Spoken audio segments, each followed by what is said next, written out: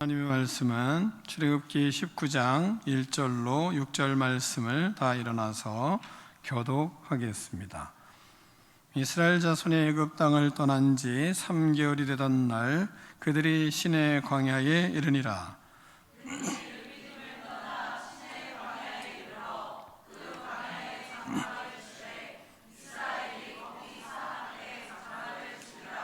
모세가 하나님 앞에 올라가니 여호와께서 산에서 그를 불러 말씀하시되 너는 이같이 야곱의 집에 말하고 이스라엘 자손들에게 말하라.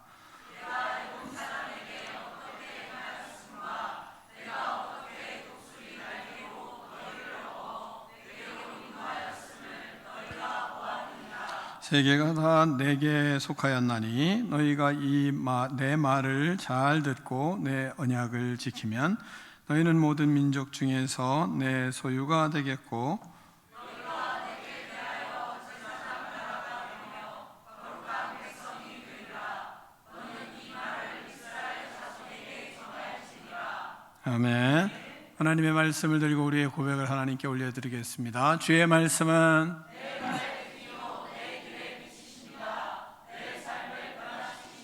주께서 말씀하신 대로 하나님의 사랑과 말씀대로 사는 하나님의 자녀이다. 나는 축복의 통로이다. 오늘도 주의 말씀에 마음의 문을 엽니다. 말씀하여 주옵소서. 듣고 깨달은 말씀대로 살겠습니다. 아멘. 다 자리에 앉겠습니다. 말씀의 제목을 크게 두 번 읽습니다. 시작.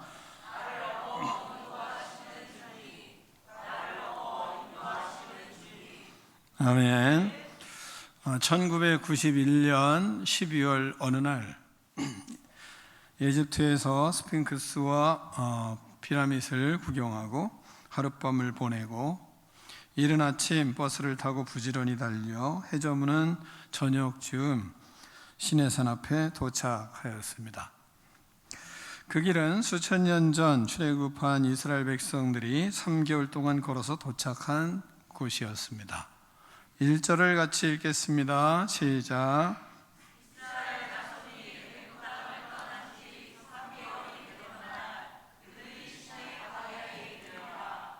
아멘. 지금 그곳에 가보면 당시 이스라엘 백성들이 장막을 친 모습대로 설계하여서 순례자들과 여행객들의 숙소를 지어 놓았습니다. 그곳에 짐을 풀고 저녁을 먹기 위해 큰 식당에 모였습니다. 우리처럼 성지 순례하는 모든 순례객들이 식당을 가득 메웠습니다. 저녁을 먹기 전 우리 담임 교수님은 함께 식사 기도를 하기 위해 일어나시더니 함께 찬양으로 기도하자고 제안을 하였습니다. 날마다 우리에게 양식을 주시는 은혜로우신 하나님 참 감사합니다. 이렇게 4부로 20명의 목사님들, 전사님들이 4부로 이 찬양을 그 시간에 기도로 하였습니다. 은은하게 찬양의 기도가 은은하게 울려 퍼졌고 그 찬양의 기도가 끝나는 즉시 식당 안에 있었던 모든 순례객들이 환호를 하며 기립박수를 보냈습니다. 은은하게 울려 퍼지는 식전 기도 찬양은 전 세계에 몰려들었던 순례객들에게 마음의 감동을 주었습니다. 그 자리에 하나님의 임재가 있었습니다. 모세의 인도를 받아 3개월의 광야 길을 걸었던 이스라엘 백성들은 처음 보는 높은 시내산을 바라보다가 해저물어 가는 저녁 무렵 시내산 밑자락에 넓게 펼쳐진 고요한 뜰에 터를 잡고 장막을 치기 시작하였습니다.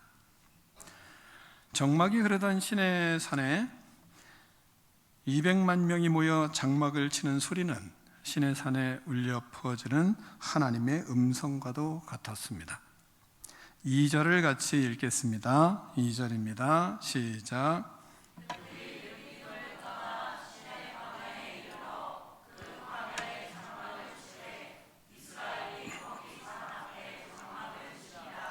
아멘. 장막 치는 소리와 백성들이 분주함을 뒤로하고 모세는 하나님의 부르심을 듣고 시내산 위로 올라갔습니다. 3절을 같이 읽겠습니다. 시작.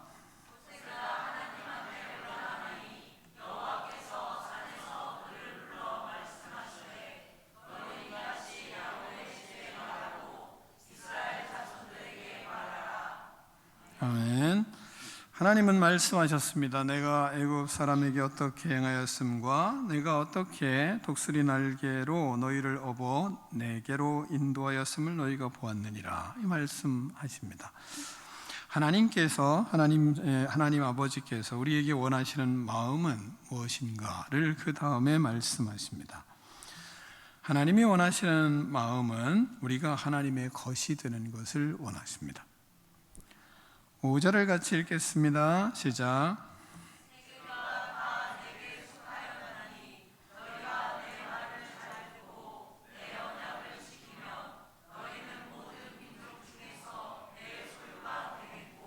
아멘.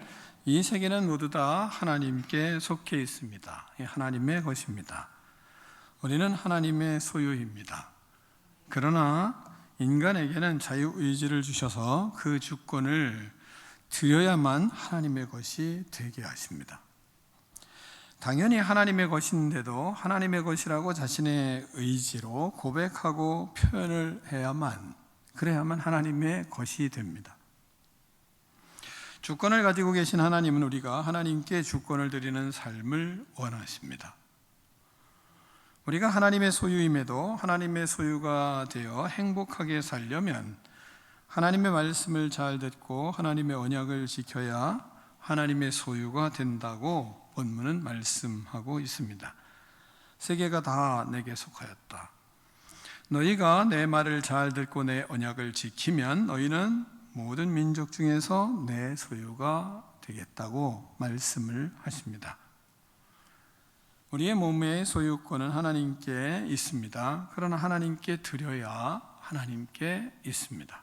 교회를 다녀도 우리의 소유를, 우리의 몸을 하나님께 드리지 않으면 하나님의 것이 되지를 않습니다.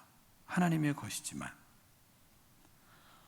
2024년에 내 소유를 주장했던 것을 그래서 우리는 버리고 새해를 맞이해야 하는 것입니다. 주님께 나를 드려야 됩니다. 나의 욕심과 나의 마음과 내 시간과 물질과 생명을 주님께 드려야 그래야 모든 것이 하나님의 것이 되는 것입니다. 이것을 모르는 사람은 여기에 없을 것입니다. 우리는 알면서도 포기하지 못하고 드리지 못하는 것입니다. 헛된 신앙을 버리고 하나님의 것이 그래서 반드시 되어야 하는 것입니다. 그냥 말로만 그렇게 드리고 하나님의 것이다. 그런데 진짜 하나님의 것인지를 하나님은 아시잖아요. 그러니까 하나님의 것이지만 하나님의 것이고 하나님께 그 소유권을 분명히 이양하지 않으면 하나님의 것이 되지를 않으니까요. 그래서 하나님이 말씀을 하시는 거예요. 우리는 하나님의 말씀을 그래서 들어야 하는 겁니다.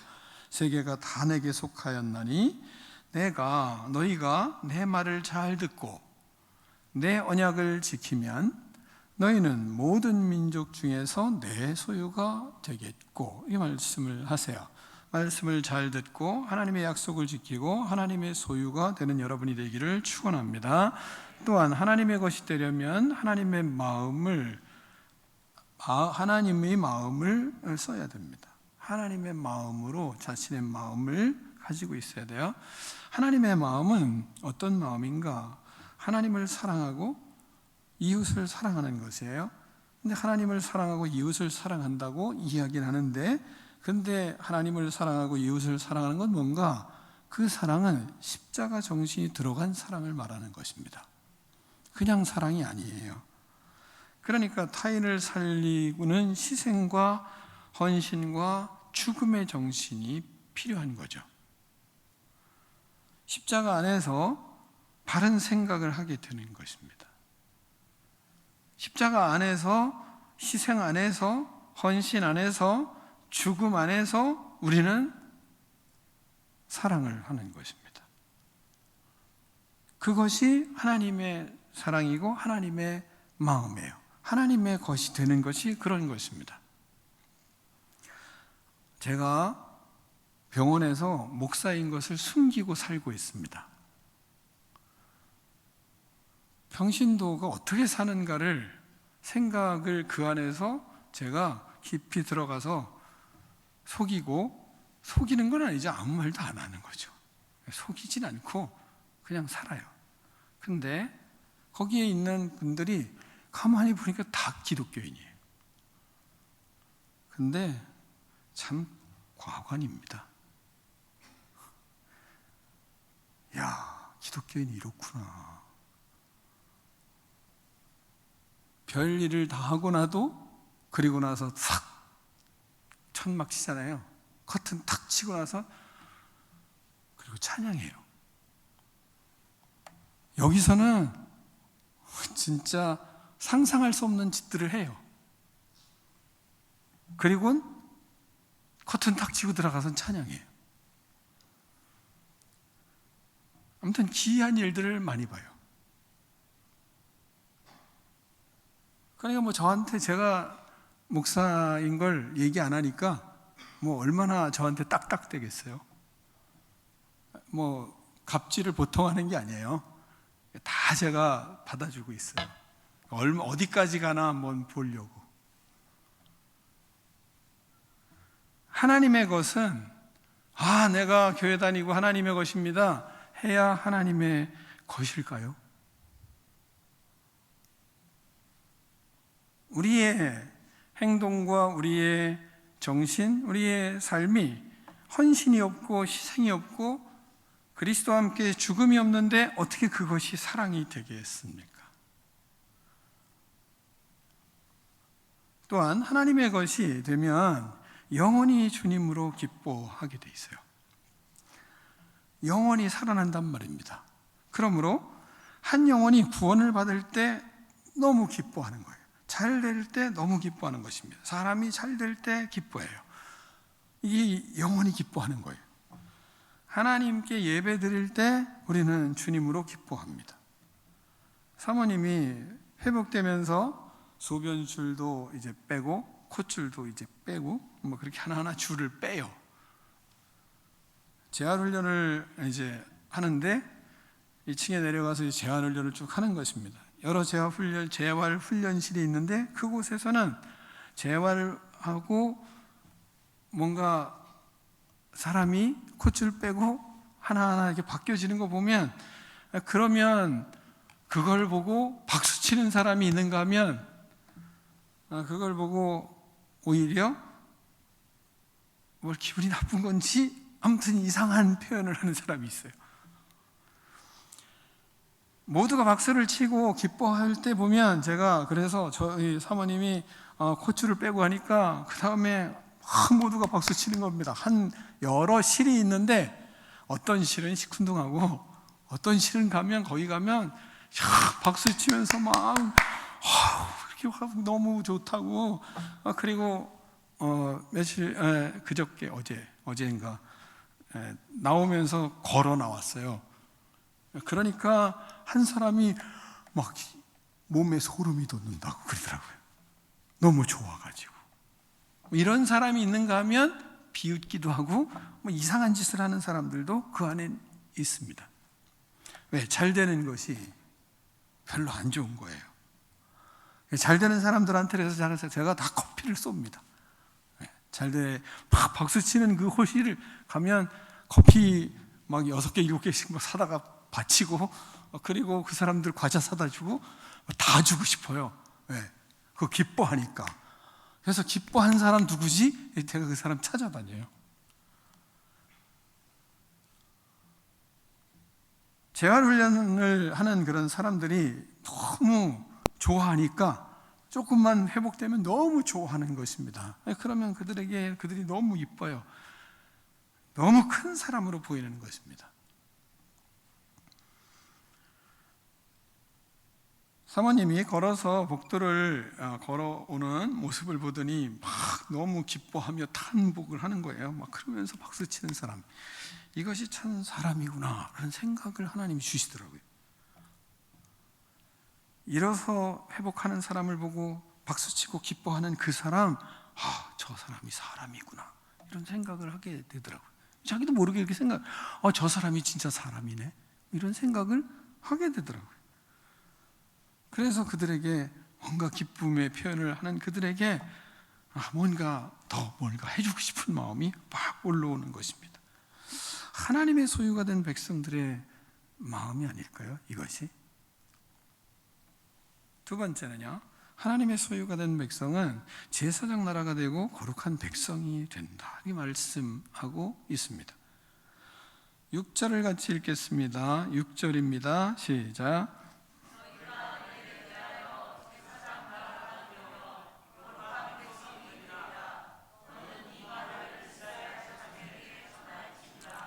아멘. 우리는 제사장 나라가 되어야 합니다. 하나님께 제사 드리는 주체가 되는 사람이라는 거예요. 제사장 나라가 되는 거는 하나님과 사람 사이에 모든 죄를 짓고 주님 앞에 나가 사죄하며 제사를 드리는 자가 되는 것입니다. 우리를 통해 하나님과 사람이 화목하게 되는 것을 말하는 겁니다. 영과 진리로 진정으로 예배드리는 사람을 말하는 거예요. 전도하는 사람을 말하는 겁니다. 하나님과의 관계를 회복해 하는 그런 피스메이커가 되는 사람을 말하는 것입니다. 말씀을 들으며 2025년에 저도 이와 같은 사람이 되고 싶다라는 생각이 마음에 들었으면 좋겠습니다. 어떻게 하면 그런 사람이 될 수 있을까라는 질문이 생겼습니까? 그러면 그런 질문이 생기는 사람은 한번 여러분이 나도 영과 진리로 예배하는 사람이 되고 싶다. 나도 전도하는 사람이 되고 싶다. 하나님과의 관계 회복하는, 화목해하는 그런 피스메이커가 되고 싶다. 그런 마음들이 여러분의 마음속에 생겼으면 하는 마음이 저 안에 있습니다. 그러면 그렇게 마음에 난 그런 사람이 되고 싶다라는 그런 질문에 아멘으로 화답이 되면, 그러면 그 답은 4절에 있어요. 어떻게 하면 그런 사람이 될 수 있을까? 4절을 같이 읽겠습니다. 시작.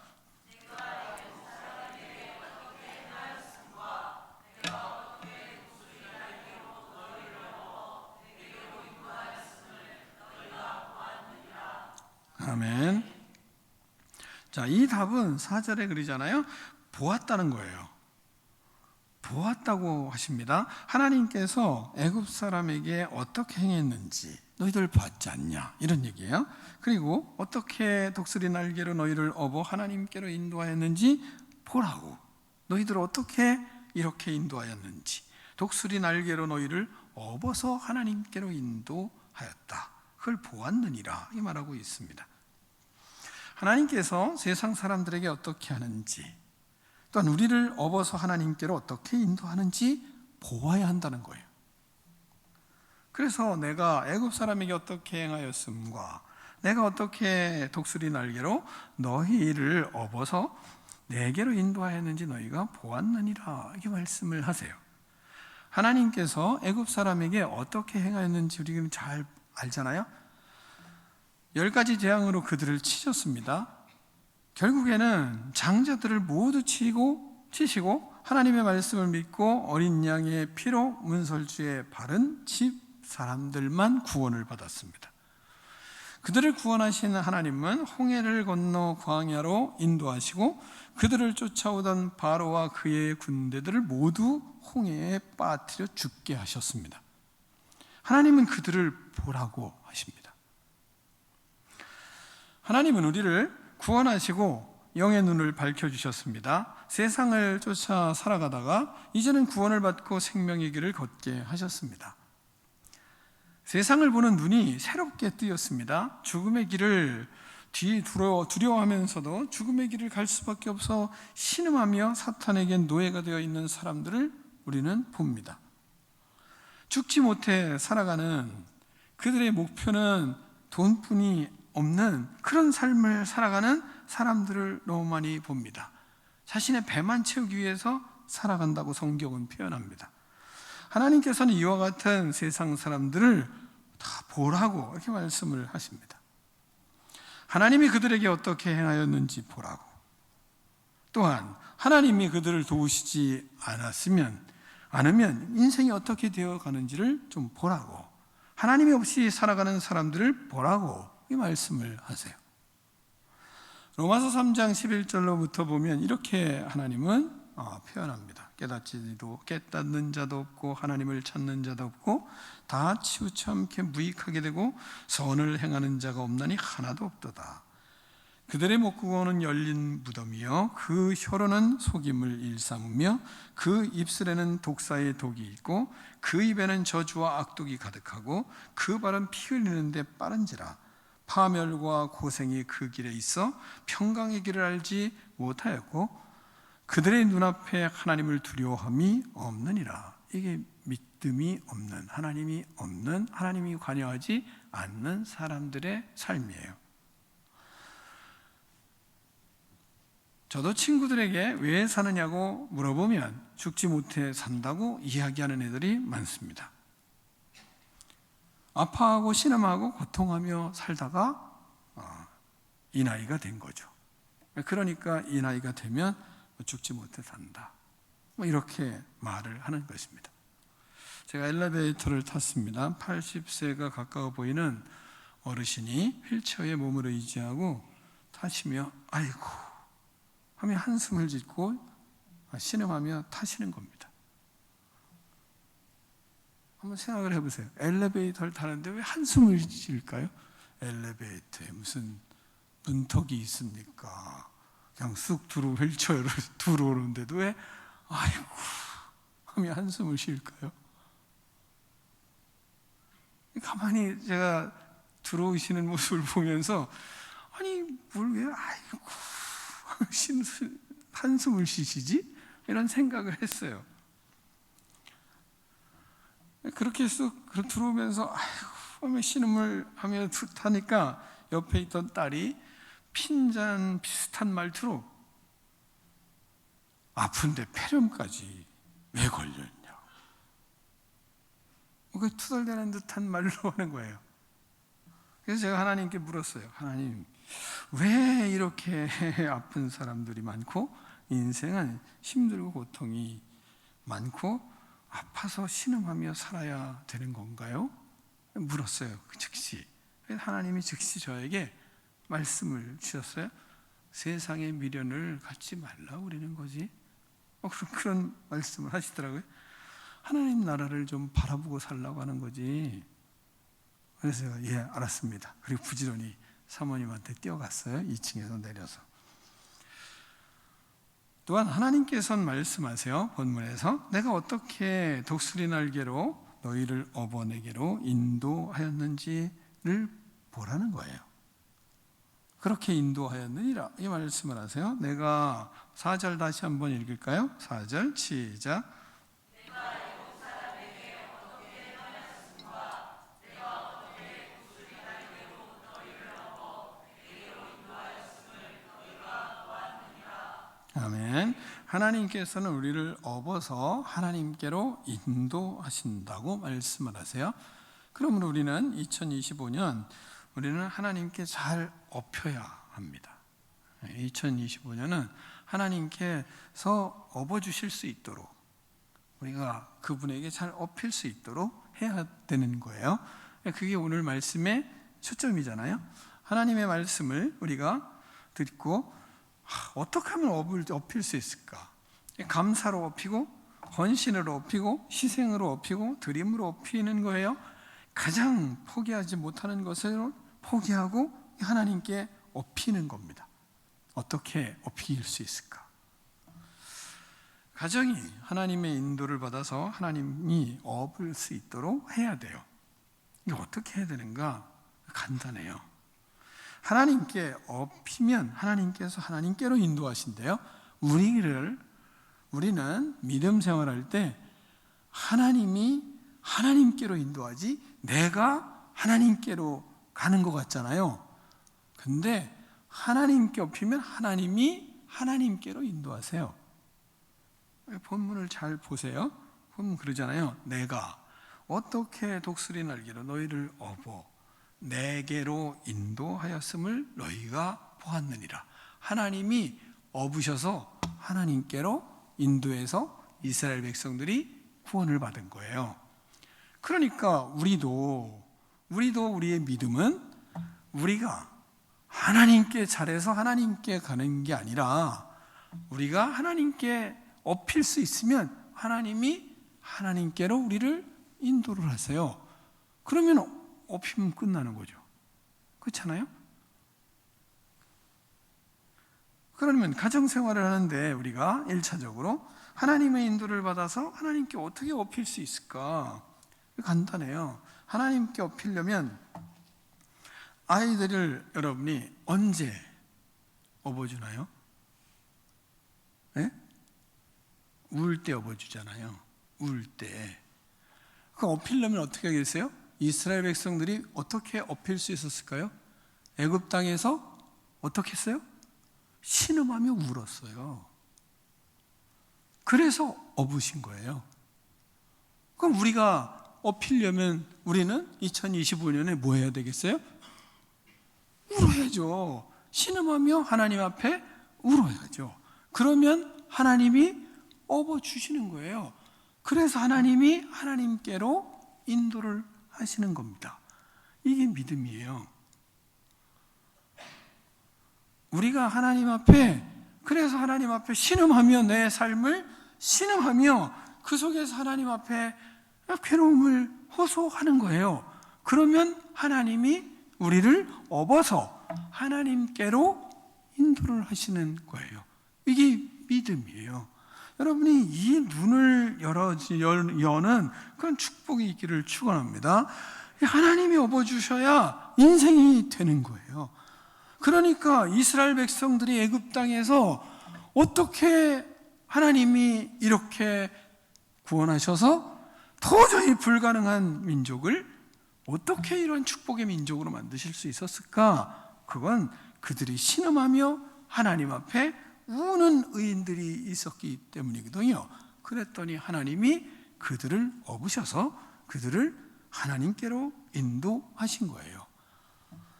또한 아이를 업을 때 어떻게 하겠어요? 아이들을 업어줄 때 언제 업어주죠? 막 때를 쓸 때 업어주는 거죠. 그렇잖아요?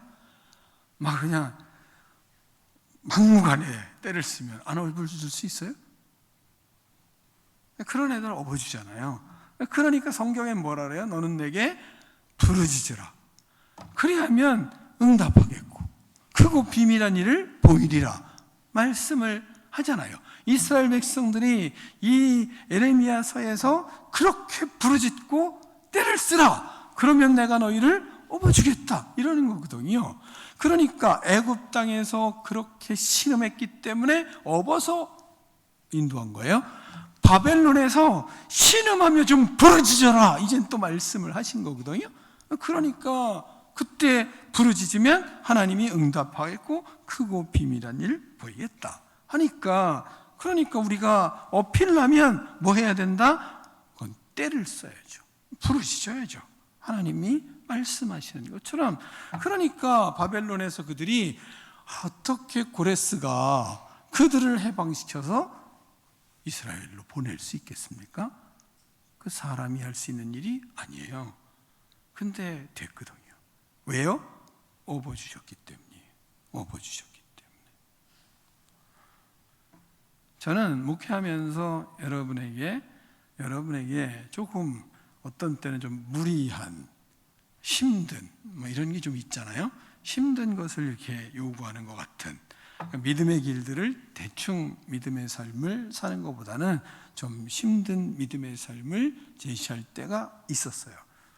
근데 왜 그런가? 그건 다른 게 아니라 여러분 삶에 위대한 사람이 나왔으면 좋겠기 때문이에요.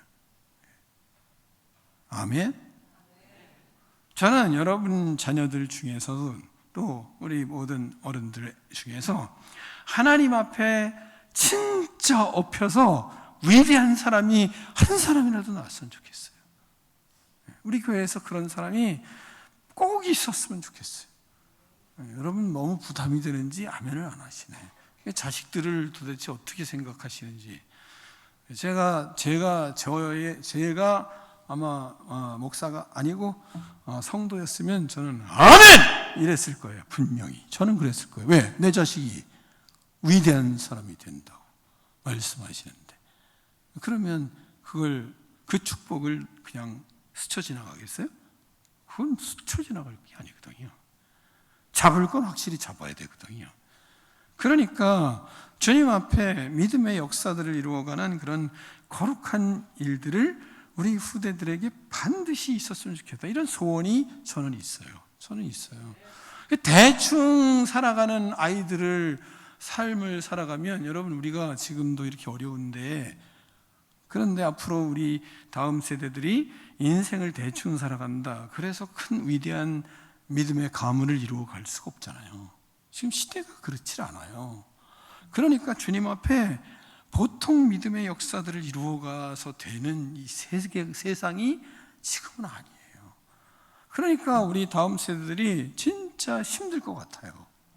그러나 힘들 것 같지만 힘들지 않을 수 있는 건 믿음의 위대함을, 믿음의 하나님이 업어주실 수 있는 그 마음과 그 믿음을 가지면, 그러면 하나님이 그들을 얼마나 위대하게 만드실까, 이건 기대할 수 있잖아요.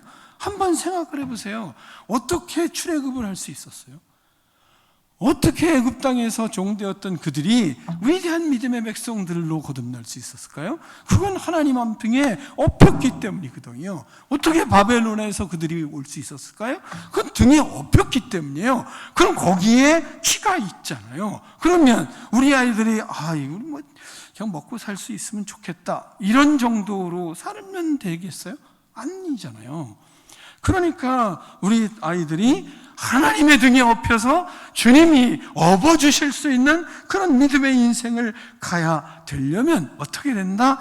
신음할 수 있는 이 인생, 그 신음하며 울면 되겠구나. 하나님 앞에 뗐으면 업어주시니까요. 부러지면 업어주시니까요. 울어야죠. 부러지져야죠. 그런 속에 또 거기서 끝나는 게 아니라 또 어리광을 부려야죠. 또 이쁜 짓을 또 해야 되잖아요. 그런 아이들을 업어주거든요.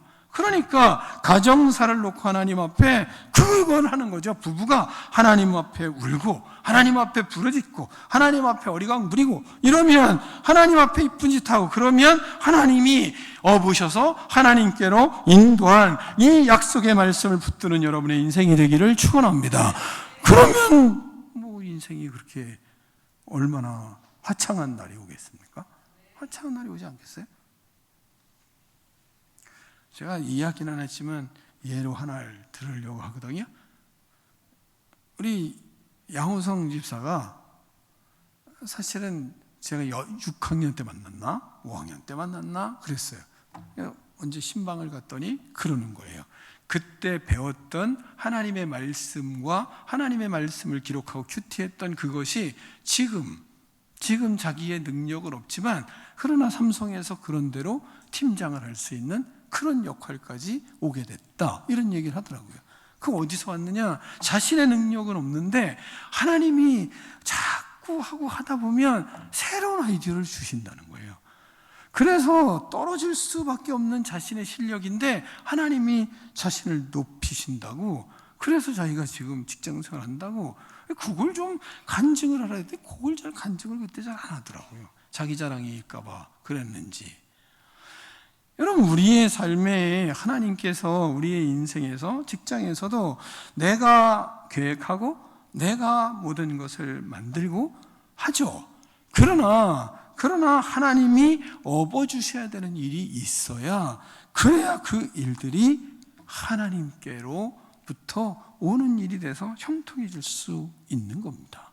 여러분이 이 믿음의 역사들을 이루어가고 내가 하나님 앞에 어떻게 하면 업힐까 고민하고, 그리고 그 속에서 부르짖고 울고 떼쓰며 어리광 부리는 그런 믿음, 그 믿음이 여러분의 믿음이 되기를 축원합니다.